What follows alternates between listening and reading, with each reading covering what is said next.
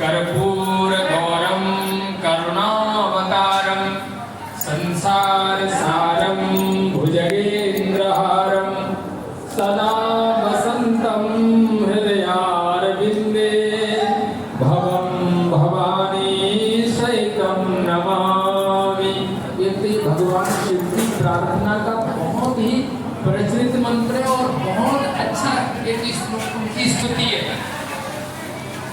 अब इसका जो अर्थ है वो शायद आपने कभी ध्यान नहीं दिया होगा। भक्त प्रार्थना करता है कि प्रभु कर्पूर गौरम, भगवान शिव के शरीर का जो वर्ण है वो कैसा है? बोले कपूर की तरह। कपूर देखा है? गौर वर्ण का कपूर होता है। तो बोले प्रभु आपका जो शरीर का रंग है वो कपूर की तरह है, कर्पूर गौरम। और बोले प्रभु आपका जो अवतार हुआ है, आप जो जगत में आए हैं किसके लिए? करुणावतारम।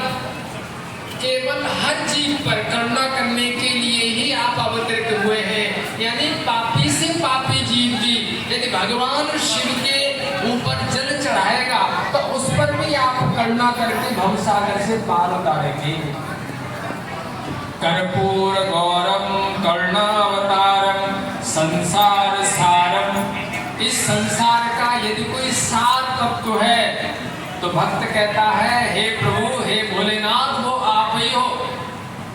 और भुजगेन्द्रहारम, ध्यान देना, भुजग कहते हैं सर्पों को।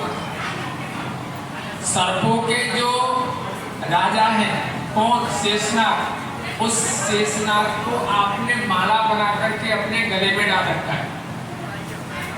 भुजगेन्द्रहारम, तो हे भोलेनाथ ऐसा जो आप हो, सदा वसंतम, सदा वसंत, हमेशा वसंतम हृदयारविंदे, आप मेरे हृदय कमल में हमेशा वास करो। भवं भवानी सहितं नमामि। भव कहते हैं शिव को। भव माने शिव और भवानी माने पार्वती। तो भवं भवानी सहितं नमामि, मैं भगवान शिव को और भगवती पार्वती को नमस्कार करता हूँ। जब मंदिर में जाते हो ना, जल चढ़ाने के बाद ये प्रार्थना करनी। एक तो आपको ये मंत्र याद करो, वैसे तो लगभग याद होगा ही सभी को, यदि याद ना हो तो याद कर लो। कर्पूर गौरम करुणावतारम संसार सारम भुजगेन्द्रहारम सदा वसंतम हृदयारविंदे भवं भवानी सहितं नमामि। और दूसरा, इसके बाद आपको जो बोलना है जरूर बोलना है, क्या है? त्वमेव माता च पिता त्वमेव, त्वमेव बन्धु च सखा त्वमेव, त्वमेव विद्या द्रविणं त्वमेव, त्वमेव सर्वं मम देव देव। ये दूसरा मंत्र है। ये कहता है हे प्रभु, हे महादेव, आप ही मेरे माता पिता हो, आप ही मेरे बंधु बांधव हो, यानी कोई रिश्तेदार है तो आप ही हो। त्वमेव माता च पिता त्वमेव, त्वमेव बंधु च सखा त्वमेव। मैंने आपको अपना मित्र बनाया, आप मेरे मित्र भी हो। त्वमेव माता च पिता त्वमेव, त्वमेव बंधु च सखा त्वमेव, त्वमेव विद्या द्रविणं त्वमेव। यदि हमारा कोई ज्ञान है, यदि हमने कुछ जाना है तो केवल आपको ही जाना है, आपके अलावा और हम कुछ नहीं जानते। यानी हमारी जिंदगी में कोई ज्ञान है तो बस मैं इतना ही जानता हूँ कि महादेव ही सब कुछ है, बस और मुझे कुछ नहीं पता। त्वमेव विद्या द्रविणं त्वमेव, त्वमेव सर्वं मम देव देव। आप मेरे सर्व हो, हे देवताओं के देवता, हे महादेव। इसलिए इनका एक नाम है महादेव, यानी देवताओं के भी जो देवता हैं वो महादेव। तो ये दो मंत्र श्रावण के महीने में भगवान शिव को आप लोगों को सुनाने चाहिए, है? कर्पूर गौरम करुणावतारम संसार सारम भुजगेन्द्रहारम सदा वसंतं हृदयारविंदे भवं भवानी सहितं नमामि। त्वमेव माता च पिता त्वमेव, त्वमेव बन्धु च सखा त्वमेव, त्वमेव विद्या द्रविणं त्वमेव, त्वमेव सर्वं मम देव देव।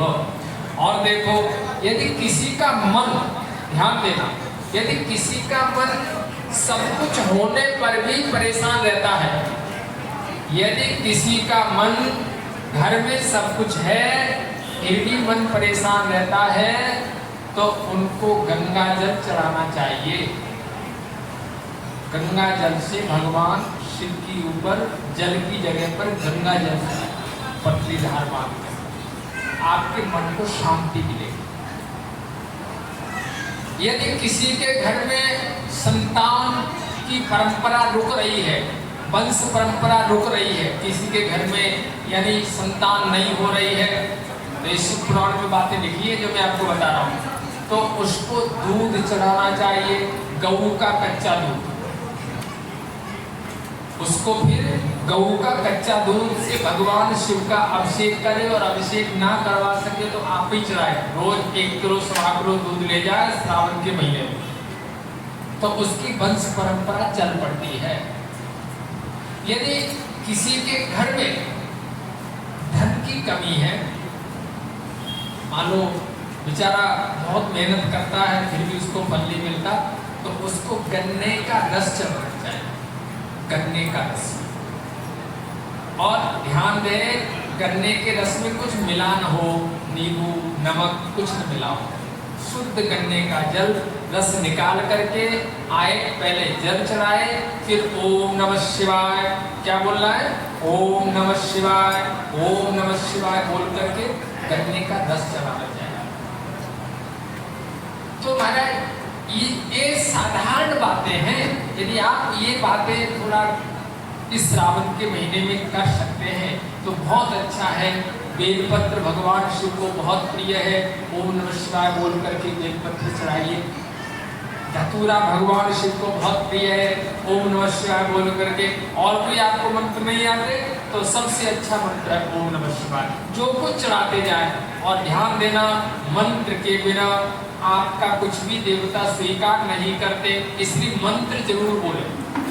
मान लो आपने कोई सामान चढ़ा दिया और कोई मंत्र नहीं बोला तो सामान नहीं चढ़ेगा देवता को, क्योंकि मंत्र के माध्यम से ही वो सामान देवता तक पहुंचता है। इसलिए मंत्र बोल करके, और ये पंचाक्षरी मंत्र है भगवान का, नमः शिवाय नमः शिवाय।